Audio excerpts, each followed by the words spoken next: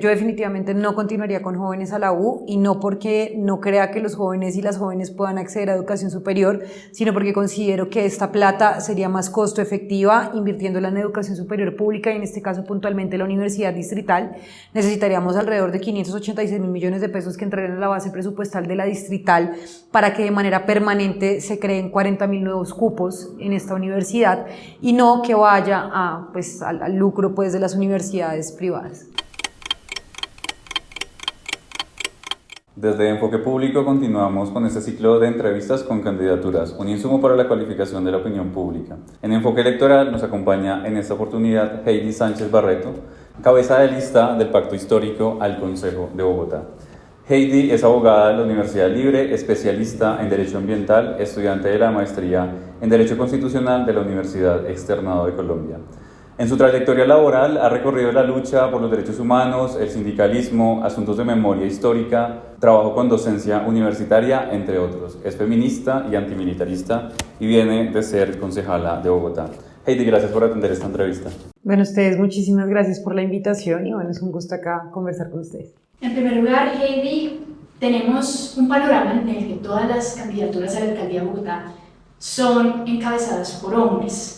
Quisiéramos saber qué propone el programa de gobierno del Pacto Histórico para garantizar esta participación efectiva de las mujeres dentro de las decisiones de la ciudad.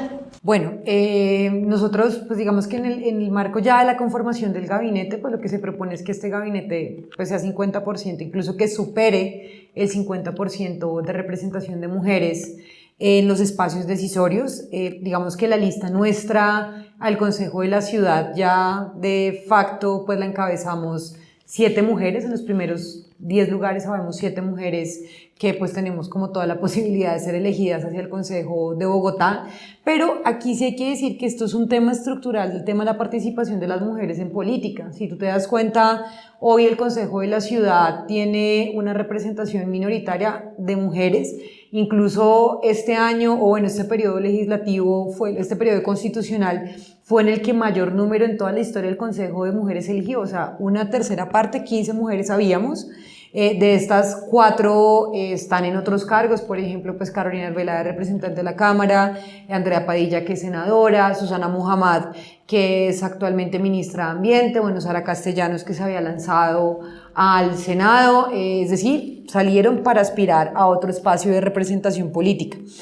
Y el tema de los partidos políticos, de qué manera se promociona, se acompaña, se hacen ejercicios de formación y garantía de participación política de las mujeres, dejando de normalizar todo tipo de violencias, porque esto no ocurre únicamente al interior de los partidos políticos alternativos y de izquierda, sino esto ocurre en todos los partidos políticos independientemente de su orientación ideológica.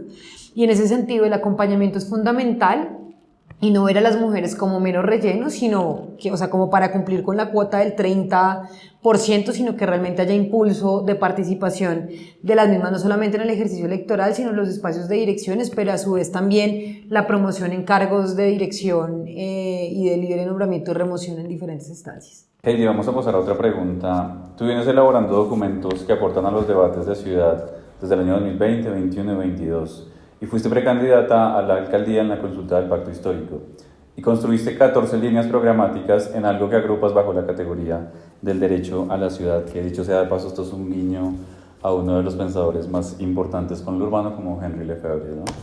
De estas 14 líneas programáticas, ¿cuáles se recogen en el programa Pacto por el Futuro de Bogotá de Gustavo Bolívar? Bueno, hay varios elementos que se recogen. Uno, algunas apuestas sobre el tema del sistema distrital de cuidado se recogen dentro del programa de Gustavo Bolívar. También aspectos relacionados con el tema de movilidad. Obviamente estamos de acuerdo en que el principal modo del sistema público integrado de transporte en Bogotá sea el férreo, es decir, que el tema de los buses sea un tema secundario. En el tema de la construcción de un tranvía por la carrera séptima, digamos que eso obviamente está incluido en el programa.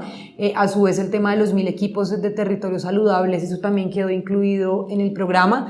Lo relacionado en términos de educación superior, como por ejemplo la construcción de la distrital en la sede de SUA, digamos que eso se recoge dentro del programa, y la otra sede pues que ya están estudios que pues digamos se incluye también dentro del Plan Nacional de Desarrollo para Infraestructura Educativa, pero pues que esta vaya dirigida hacia la Universidad Distrital.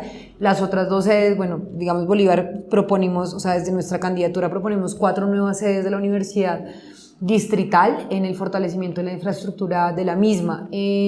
Aspectos en materia de seguridad relacionados con el tema de seguridad humana que son importantes, que se recogen dentro del programa, digamos que ha hecho fuerza, y algo que me parece supremamente importante es el tema del PAE de 365 días, o sea, es decir, todo el año, y pues eso, y el tema de las alianzas público-populares para este tipo de apuestas. Como indicamos al inicio de la entrevista, Heidi, te desempeñas como concejala de Bogotá y has hecho control político y veeduría a la administración de Claudia López.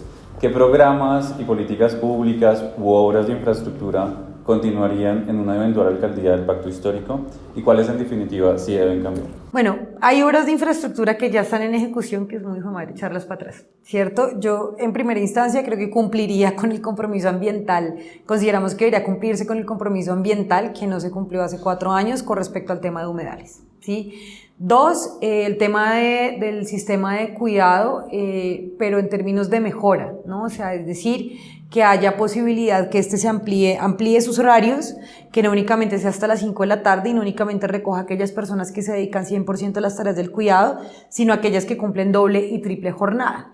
Y de alguna forma también dejar de romantizar como que las tareas del cuidado únicamente recaen en nosotras, o sea, y es decir, que haya una efectiva redistribución de las tareas del cuidado.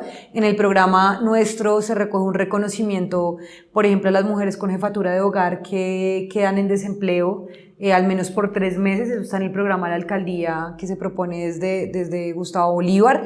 ¿Qué otros temas continuaría? Yo definitivamente no continuaría con jóvenes a la U, y no porque no crea que los jóvenes y las jóvenes puedan acceder a educación superior, sino porque considero que esta plata sería más costo efectiva invirtiéndola en educación superior pública, y en este caso puntualmente la Universidad Distrital.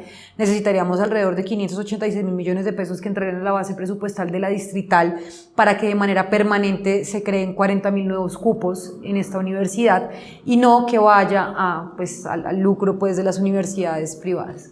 Quedando un poco con el tema coyuntural de toda elección, que es la seguridad, tenemos candidaturas desde la derecha proponiendo megacárceles, incluso sabiendo que esto ni siquiera es competencia del gobierno distrital, pero también reconocemos que hay una perspectiva que viene abarcada desde la pandemia, como es la pobreza, la desigualdad, la periferia. Digamos que el confinamiento nos permitió visibilizar más esos problemas. En concreto, quisiéramos preguntarte qué propone el Pacto Histórico o la apuesta de la alcaldía y el Consejo para afrontar los problemas que hoy en día generan la inseguridad. Bueno, como consejo, nosotras y nosotros hacemos control político a las decisiones que toma la administración distrital. Y digamos que obviamente en términos de proyectos de acuerdo, yo debo decirlo, si ustedes se van a dar cuenta que el Consejo de la Ciudad saca proyectos de acuerdo que no en su mayoría tienen dientes, ¿sí? O sea, ahí van a haber muchos concejales que les van a decir a ustedes, ya aprobé 50 proyectos de acuerdo, ¿sí? Pero, por ejemplo, yo recuerdo hace como 2 años un proyecto de acuerdo para declarar el Día del Servidor Público. O sea, estamos pagando lo que cuesta el Consejo diariamente para aprobar un proyecto de acuerdo de ese tipo, o sea, que en nada mejora las condiciones de vida de nadie en Bogotá. Y los proyectos de acuerdo que desde este equipo hemos presentado ha sido en gran parte para abrir discusiones importantes en materia de ciudad. Por ejemplo, un tema, y para que estudiantes de últimos semestres de cualquier universidad en Bogotá lo sepan, esto fue un proyecto de acuerdo de nuestra iniciativa, el hecho de que en el Consejo de la Ciudad los pasantes y las pasantes tengan la posibilidad de recibir un salario mínimo mensual legal vigente sin incidencia salarial, más un apoyo, pues el pago de seguridad social. O sea, esto fue autoría nuestra, se unió con otros 2 proyectos de acuerdo del exconcejal Galán y del concejal Sastoque, pero nuestra apuesta fundamental estaba por el pago de las pasantías en el Consejo, y eso es una realidad hoy. 2, el tema de la creación de la Comisión Legal de la Mujer. 3, el tema relacionado con alianzas público-populares, que es algo que nosotros pues determinamos acá en términos de proyectos de acuerdo. Pero digamos que en temas de seguridad hay un tema, o sea, es un tema, una estrategia integral. O sea, tú en esos debates de alcaldía o cualquier debate te dan como 1 minuto y medio, 2 minutos para hablar del tema de seguridad, y es muy berraco. Y en eso coincido totalmente y pues obviamente por eso apoyo a Gustavo Bolívar y es que hay que atacar las causas, no las consecuencias. Y las causas están muy enraizadas en el tema de la desigualdad social. Obviamente, no todo el tema de seguridad tiene que ver con desigualdad social, pero sí gran parte de esos jóvenes que son reclutados por ese tipo de bandas criminales que hoy operan en Bogotá, lo hacen porque no tienen otro tipo de opción de vida, o sea, ni trabajo, ni estudio, ni nada. Entonces, el ampliar oportunidades para la juventud y para la niñez es clave en perspectiva de mejorar condiciones de seguridad. Ahora, el tema de seguridad tú lo ves uno en seguridad pública, seguridad ciudadana y convivencia. Los policías tienen que estar persiguiendo la criminalidad, o sea, nosotros no podemos tener policías que estén a las 3 de la mañana golpeándole al vecino porque tiene la música alta o revisándole las tarjetas ustedes a uno de Transmilenio para ver si pagó o no, o sea, cuando a veces uno se queda sin pasaje, pues le pide el favor al que va detrás que sí se lo vende para que pueda uno ingresar al sistema, o como fue con el caso de la niña, y qué pecado, de la joven que sacaron del sistema porque ella dijo, yo entré con mi mamá y mi mamá me pagó el pasaje, o sea, eso pasa. Entonces, la policía no tiene que estar para eso, la policía está para perseguir la criminalidad y hacia allá es donde tiene que ir una articulación con el gobierno nacional en términos de las apuestas por inteligencia y descabezar a quienes están en la pirámide de este tipo de bandas criminales, el tema del fortalecimiento de la institucionalidad, y lo único que funciona 24 horas del día es la policía, tiene que funcionar 24 horas del día las casas de justicia, las comisarías de familia, y esto por supuesto que tiene que tener un enfoque diferencial y de género. Las mujeres habitamos y los cuerpos feminizados habitan la ciudad de manera diferente, corremos un doble riesgo en la ciudad y obviamente esto también como se vive en el transporte público, pero en la ciudad en general. Entonces es importante que haya y pues tendremos una perspectiva de género alrededor de ello. Heidi, saliéndonos de este tema de la inseguridad y de la vulnerabilidad del tejido social, Bogotá es una ciudad con fragilidad ambiental. Su crecimiento por acción u omisión administrativa ha sido desconocedor del ciclo del agua y de un ordenamiento integral del territorio. En tiempos de cambio climático, ¿cuáles son los desafíos ambientales que ven como principal prioridad atender desde la alcaldía y el consejo? Bueno, lo primero es proteger la estructura ecológica principal. Hay una sentencia de cerros que tiene que ser implementada, los temas de parque de borde, que esta administración dejó uno nada más hasta ahora, que están incluidos dentro del plan de ordenamiento territorial.